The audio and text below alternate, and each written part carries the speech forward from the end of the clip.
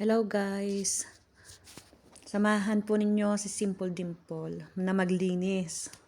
Naglilinis po ako ngayon ng kwarto ng amo ko. Ganyan po ang ginagawa ko sa araw-araw.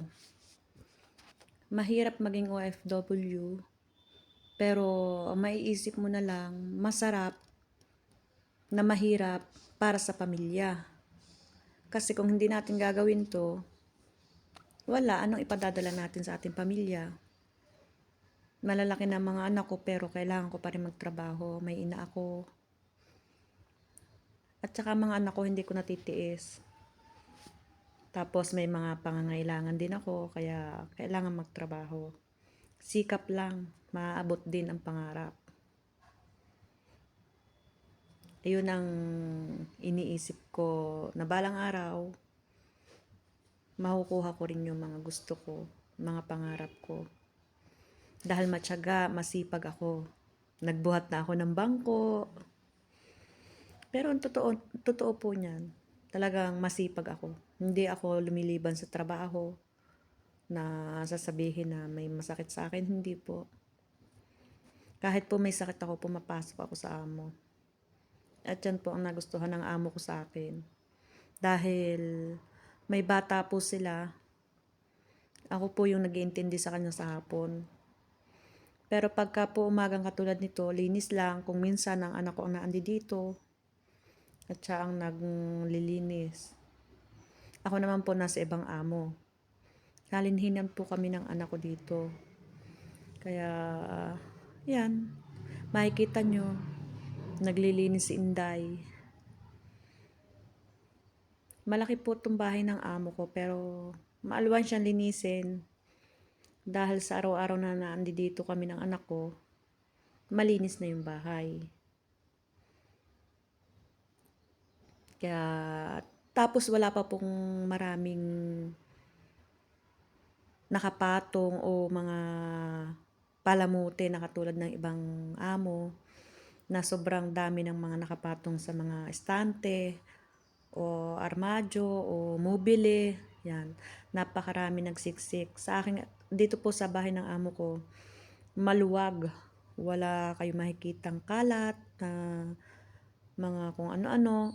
Makikita nyong kalat, laruan ng bata. Kasi may bata dito. Yun, makikita nyo na lang na ganyan. Walang sawa na araw-araw ganyan ang ginagawa ko. Kung hindi man dito sa amo ko, sa ibang amo. Nawawala po ako dahil pumupunta po ako ng banyo o pure sa ibang kwarto. Bali, dadalawa naman pong kwarto to. Pero may kalakihan po yung bahay. Tsaka lahat po ay puti. Katulad po nito. Kwarto po ito ng alaga ko ng bata. 2 taon kalahati pa lang po. Matalinong bata. Yan, may makikita nyo, may nakasuksok na basahan sa likod ko dahil kapag may nakikita po ako na may gabok, pinupunasan ko. Tsaga-tsaga lang po. Ganyan naman po tayong mga trabahador eh. Pero natutuwa naman po ako dito ako sa amo kong ito napapasok. Hindi po sila mahigpit. Tapos lagi nga pong wala. Kaya yan, linis lang si Inday. Sige lang, mag-hover ka hanggat gusto mo. Sige, birahin mo ng birahin hanggang sa mas lalong lumaki ang bisig mo.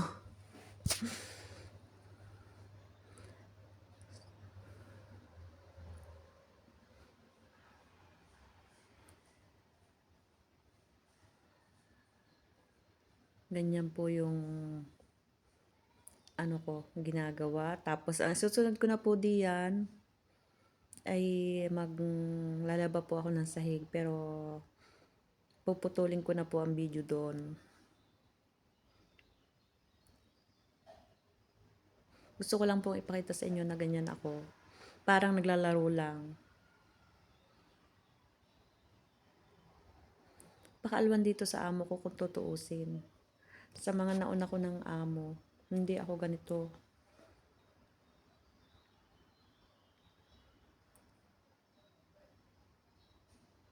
O, kita nyo yan? Dala ko ang cellphone kahit saan. Makapag-video lang. Nasa koridoryo na po ako nito. Nagmamap ng basahan.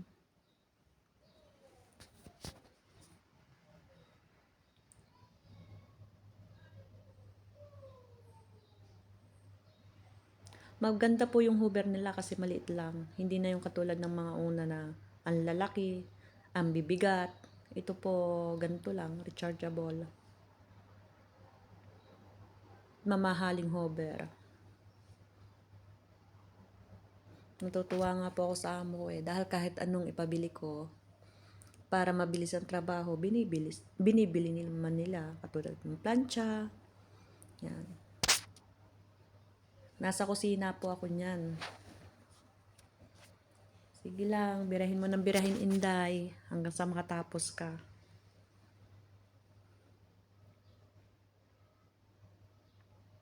Sige, ang kasulok-sulukan, pakalinisin mo.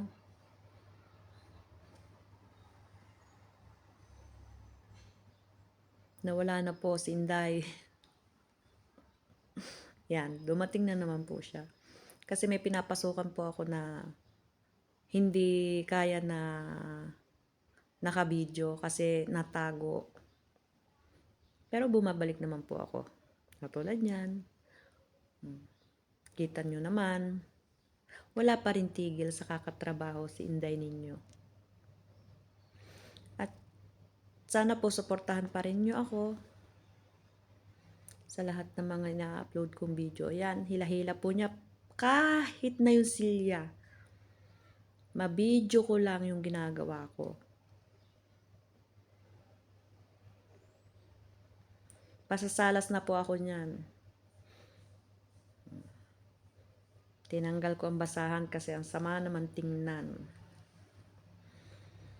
Laging may nakabitin sa likod ko. Talagang napapaghalatang katulong na katulong. Pero sa bagay, katulong naman talaga, hindi naman natin may tatago. Pero ang pagiging katulong, napakarangal. Magandang trabaho, walang inaapakan.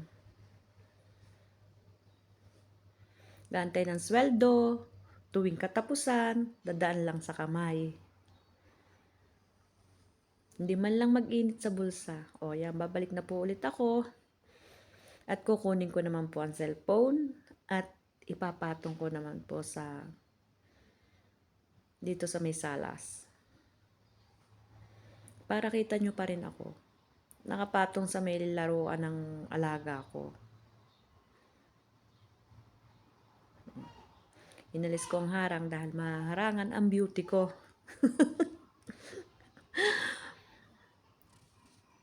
Mga kasimpol-dimpol, i-subscribe nyo po ako. I-click the bell para po dumating sa inyo ang notification sa lahat ng video ko. Bira pa, Inday. Sige. Matatapos din yan. Yan. Okay lang. Magiging pera yan. Yang sipag mong yan, magiging pera yan. Ang basahan naman po, nilagay ko dun sa may harapan para iba-iba naman tingnan.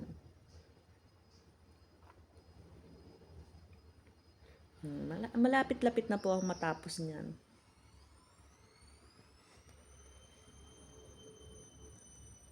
Pasipa-sipa lang po ako ng mga dibano. Pero dito po sa loob ng bahay ng amo ko may mga camera. Pero wala naman po silang pakialam. Sa 2 years and a half ko dito sa kanila, wala pa naman pong naririnig. Pero hindi ko po alam kapag sila nakatalikod kung may naririnig. Ginagawa ko naman po yung best ko sa trabaho eh. Lahat po ng ginagawa dito sa loob ng bahay, nagagawa ko naman po hanggang sa sila dumating na pagdating nila, ang bahay ay nakaaposto na. Tapos na ang trabaho. Kumadatngan po nila ako minsan na namamlansya. Ganun lang po. Sige po mga kainday, mga kasimpol. Magpapaalam na po ako kasi matatapos na po ito. Kayo na po ang bahala sa lahat ng video ko. Panoorin nyo po at please, thumbs up po. Salamat po sa lahat ng nanonood ng mga video ko, sumusuporta sa channel ko. I hope na one day maging successful ang pagbibideo ko, ang pagbablog ko, para naman po makatulong din ako sa mga tao. Yun po ang hangarin ko, yung makatulong ako sa mga taong nangangailangan ng tulong ko. Kaya po sana suportahan nyo po ako. Nawawalan naman po si Inday, nagtago na naman. Pabalik-balik lang po yan si Inday. Yan po, mamamaalam na ako. Sige po.